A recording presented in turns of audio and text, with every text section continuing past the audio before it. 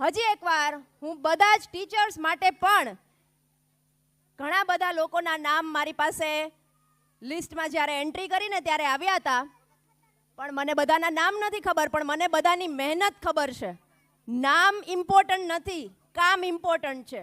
કે જ્યારે જે બેક સ્ટેજમાં કામ કરતા હતા, અહીંયાથી મેનેજમેન્ટ મને બધું દેખાતું હતું, મારી આઈઝ અહીંયા હતી, પણ મારે તો આ બે બાજુ પણ જોવાનું હોય, એટલે મને અહીંયાથી દેખાઈ રહ્યું હતું કે જેવું મારું શરૂ થાય ને એવા ફટાફટ કિડ્સને કલેક્ટ કરતા હતા કે ભાઈ તમે જલ્દી આવો, હવે તમારો ટર્ન છે, તમારો ટર્ન છે, લાઇન વાઇઝ ગોઠવવાનું, પછી પાછું અહીંયાથી મોકલવાનું, અને પાછું અહીંયાની જે સ્પેસ છે આમથી આમ રાઉન્ડમાં જવાનું, પછી ત્યાંથી આમ જવાનું.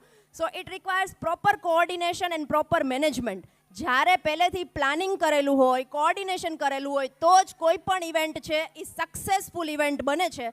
અને આજે તમારા બધાને લીધે, ટીચર્સને લીધે, કિડ્સને લીધે, પ્રિન્સિપાલને લીધે, ટ્રસ્ટીને લીધે આ ઇવેન્ટને સફળ બનાવવા માટે આપ સર્વનો હું એન્કર અર્ચના બદાણી ખૂબ ખૂબ આભાર માનું છું. Thank you so much. So it's my time. Bharat માતા કી જય.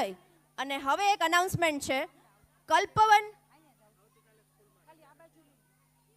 અને એક હજી ઇમ્પોર્ટન્ટ અનાઉન્સમેન્ટ છે કે આવતીકાલે સ્કૂલમાં રજા છે, હોલિડે ડિક્લેર થઈ છે. અને બીજી એક અનાઉન્સમેન્ટ પણ છે કે જો 30 માર્ચ પહેલાં સ્કૂલની ફીસ આપ પે કરી આપશો તો આપને 1000 રૂપીસ ઓફ રહેશે. તો આ બે અનાઉન્સમેન્ટ સ્કૂલ તરફથી હતી. હજી એકવાર રિપીટ કરું છું બીજી અનાઉન્સમેન્ટ કે આપ 30 માર્ચ પહેલાં સ્કૂલની ફીસ પે કરી આપો છો તો આપણને ન્યૂ એડમિશનની સ્કૂલની ફીસ,